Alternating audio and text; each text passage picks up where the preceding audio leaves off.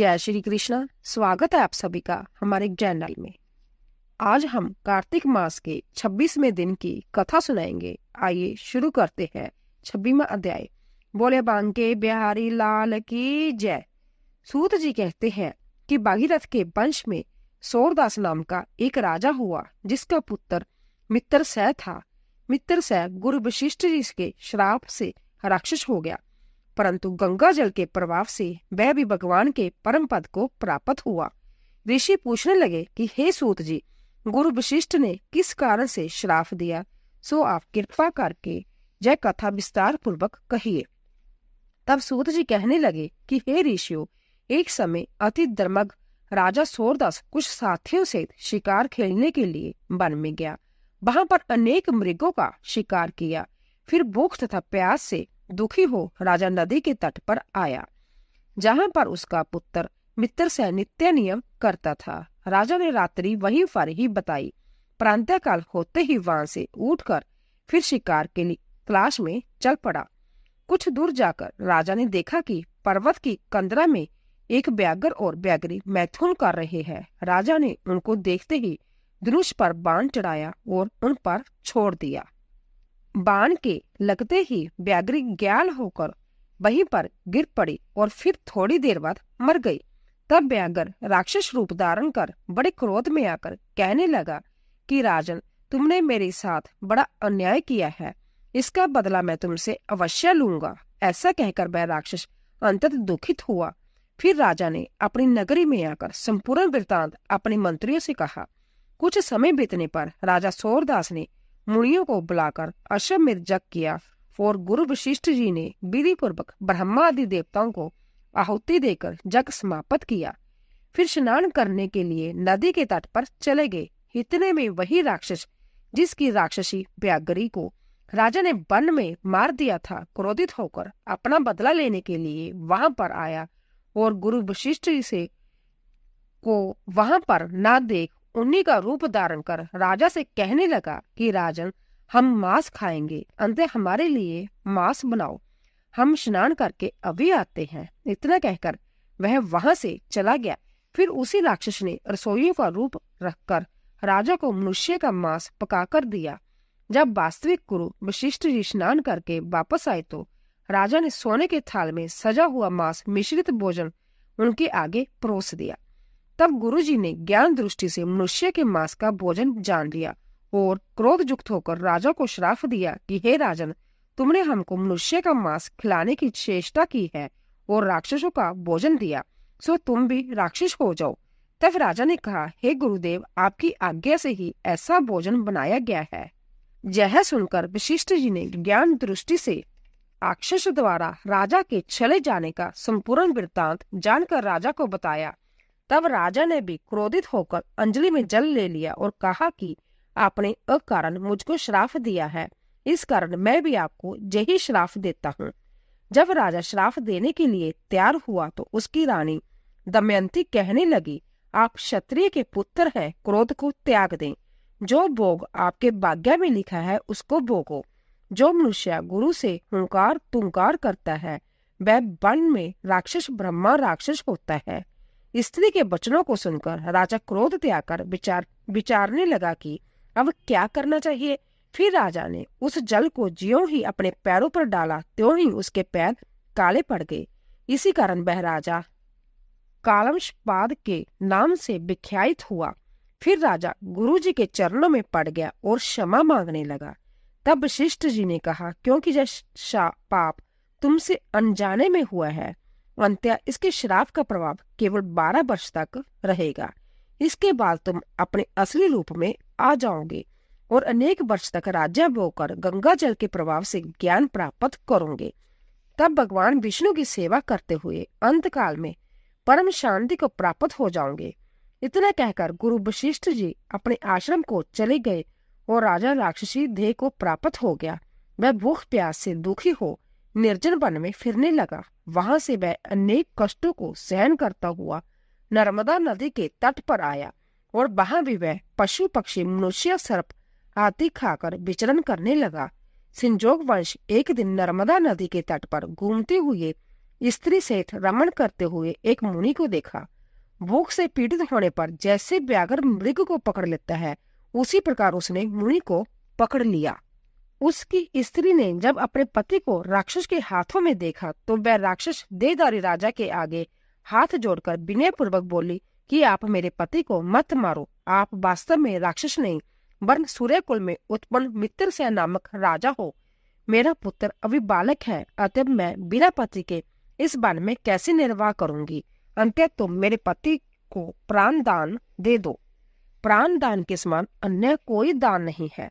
उस स्त्री की इस प्रार्थना का राक्षस पर कोई प्रभाव नहीं पड़ा, और जैसे व्याघ्र एक मृग के बच्चे को पकड़कर खा जाता है, वैसे ही उस मुनि को, जो उस समय अपनी स्त्री के साथ मैथुन कर्म कर रहा था, पकड़कर खा गया। तब मुनि की स्त्री ने उसे श्राप दिया कि मैथुन करते हुए तुमने मेरे पति को मारा है।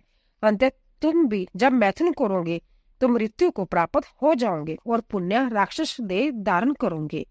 यह दो श्राप सुनकर राक्षस देहधारी राजा भी क्रोध में आकर कहने लगा कि हे दुष्टे, तुमने एक अपराध के बदले मैं 2 श्राप दिए हैं। अंत तुम भी राक्षसी होकर इस वन में फिरती रहोगी।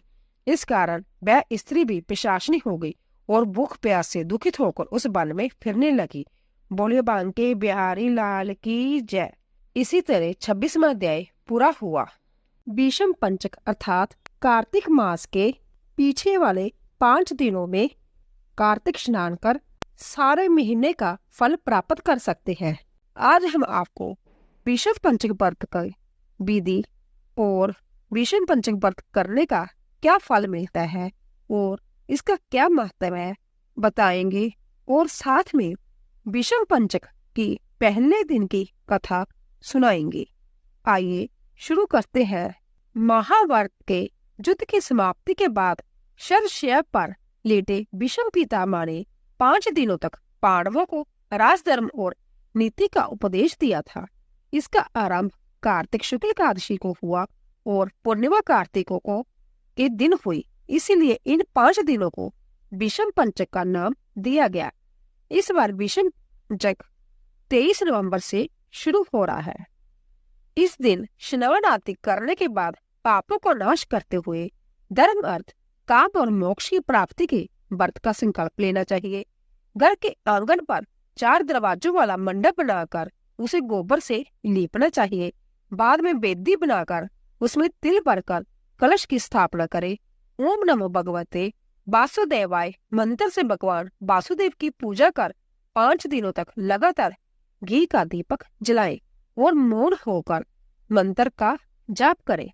5 दिनों तक काम, क्रोध आदि को बुलाकर ब्रह्मचार्य, क्षमा, दया और उदारता धारण करनी चाहिए। महाभारत युद्ध की समाप्ति के बाद उत्तरायण सूर्य का इंतजार विषम पितामह शरशैया पर कर रहे थे। तभी भगवान श्री कृष्ण पांडवों को लेकर उनके पास पहुंचे। विषम पितामह ने उन्हें 5 दिनों तक ज्ञान दिया, जिससे वासुदेव श्री कृष्ण जी बहुत संतुष्ट हुए और बोले कि आपने कार्तिक शुक्ल एकादशी से लेकर कार्तिक पूर्णिमा तक 5 दिनों में राजधर्म संबंधी जो उपदेश दिए हैं, उससे मैं बहुत खुश हूँ। इसकी स्मृति में इन 5 दिनों को विषम पंचक व्रत के रूप में स्थापित करता हूँ।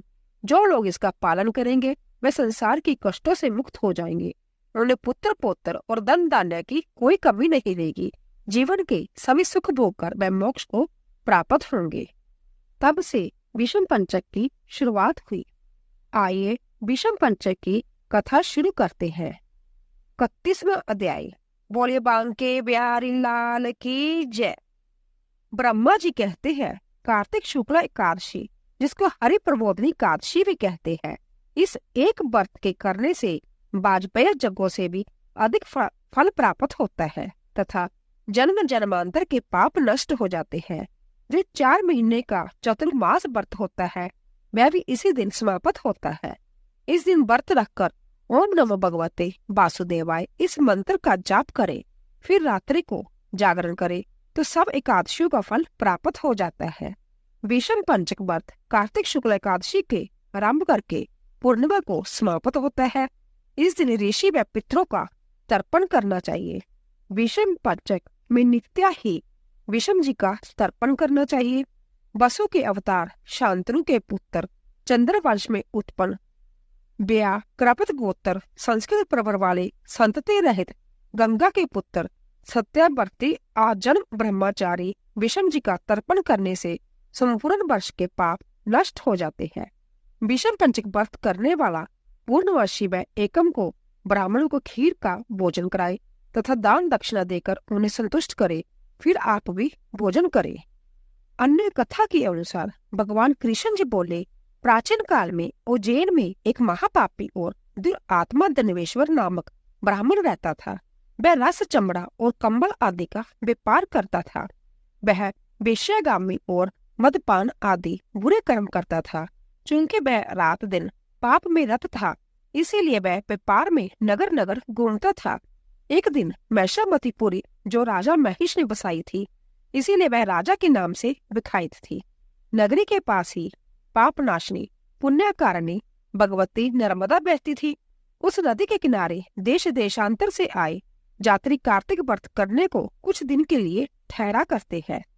उन कार्तिक व्रत करने वाले प्राणियों को वहां ठहरा देखकर वह दुष्ट धनवेश्वर भी इधर उधर घूमता हुआ एक मास के लिए ठहर गया। अपने माल को बेचता हुआ वह नर्मदा नदी के तट पर घूमता हुआ ब्राह्मणों को देव पूजा रत देखता था। वह देखता था कि कोई तो ग्रंथ पढ़ रहा है, कोई सुन रहा है, कोई भगवत कीर्तन कर रहा है, कोई भजन सुन रहा है, कोई ध्यान में लीन है और कोई तुलसी की माला धारण किए हुए है। बस इसी तरह वह भागवत भक्तों के बीच में रहा और वैष्णवों के दर्शन करता रहा, उनको स्पर्श करता रहा, उनसे वार्तालाप करता रहा और भगवान विष्णु के नाम से स्मरण के पुण्य को अर्जित करता रहा। वह कार्तिक के व्रत के अध्यापन विधि तथा जागरण को भी देखता रहा। उसने पूर्णिमा के व्रत को भी देखा कि व्रती ब्राह्मणों तथा गौओं को भोजन करा रहे हैं, उनको दक्षिणा आदि भी दे रहे हैं। उसने नित्य प्रति भगवान शंकर की प्रसन्नता के लिए होती दीपमाला भी देखी। त्रिपुर नामक राक्षस के तीनों पुर को शंकर जी ने इसी तिथि को जलाया था, इसीलिए शिव जी के भक्त इस तिथि को दीप उत्सव बनाते हैं। जो मनुष्य मुझ में और शंकर जी में अंतर मानता है, उसकी सारी किराए निष्फल हो जाती है। धनवेश्वर वहां की पूजा विधि देखता हुआ इधर उधर घूम रहा था कि उसे काले सर्प ने काट लिया और वह भूमि पर गिर पड़ा। उसकी यह दशा देखकर वहां के दयालु भक्तों ने उसे चारों ओर से घेर लिया और उसके मुंह पर तुलसी दल मिश्रित जल की छींटे देने लगे। और जब उसके प्राण निकले तो जम के दूत उसे बांधकर कोड़ों से मारते हुए जमपुरी को ले गए। उसे देख चित्रगुप्त ने जम से कहा, इसने बाल्यकाल से लेकर आज तक बुरे काम ही किए हैं, इसके जीवन में पुण्य तो लेश मात्र भी नहीं दिखाई देता। यदि मैं पूरा 1 वर्ष आपको सुनाता रहूं तो इसके पापों की सूची समाप्त नहीं होगी। जय महापापी है, अंत्य इसको 1 कल्प तक घोर नरक में डालना चाहिए। चित्रगुप्त की बात सुनकर जमराज ने बड़े क्रोध में आकर उसे अपना काल नेमी के समान भयंकर रूप दिखाते हुए अपने अनुचरों को आज्ञा देकर कहा, हे प्रेत सेनापतियों, इस दुष्ट को मगधरों से मारते हुए कुंभी पाक नरक में डाल दो। सेनापति ने मगधरों से उसका सिर फोड़ते हुए कुंभी पाक नरक में ले जाकर खोलते हुए तेल के कड़ाही में डाल दिया। प्रेत सेनापतियों ने जो ही तेल की कड़ाही में फेंका तो लपलपाती हुई आग अपने आप ठंडी हो गई, जैसे कि प्रहलाद को अग्नि में डालने से वह ठंडी हो गई थी। यह विचित्र घटना देखकर प्रेत सेनापतियों ने जमराज के पास जाकर सब हाल सुनाया। जमराज भी आश्चर्यचकित हो धनेश्वर को अपने पास बुलाकर स्थिति पर विचार करने लगे। उसी समय नारायण नारायण का कीर्तन करते हुए देवऋषि नारद जी भी वहां आ पहुंचे और जमराज से कहने लगे, हे जमराज, जय ब्राह्मण नरक में डाले जाने के योग्य नहीं है, क्योंकि इसने अंत समय में कुछ शुभ कर्म किए हैं जो कि नरक जातना को नष्ट करने वाले हैं। जो लोग भागवत भक्त का दर्शन करते हैं, उनसे वार्तालाप करते हैं, उनका स्पर्श करते हैं, चाहे उन्होंने कोई पुण्य कर्म ना किया हो, सहज में ही स्वर्ग के अधिकारी हो जाते हैं। अंत्य धनेश्वर भी पुण्य आत्माओं के संग व स्पर्श से स्वर्ग का अधिकारी हो गया है। अंत्य जब पुण्य आत्मा है, इसे जक्ष जोनि दो और केवल इसे पाप भोग करने वाले नरक दिखा दो। भगवान कृष्ण ने कहा। जब नारद जी ऐसा कहकर चले गए तो दनेश्वर को पुण्य आत्मा समझते हुए यमराज ने दूतों को उसे नरक दिखाने की आज्ञा दी। बोले बांके बिहारी लाल की जय। अगर आपको हमारा वीडियो पसंद आया हो, शेयर और लाइक कीजिए और सब्सक्राइब कीजिए और कमेंट बॉक्स में राधे राधे जय श्री कृष्ण जरूर लिखें। आप सभी का धन्यवाद।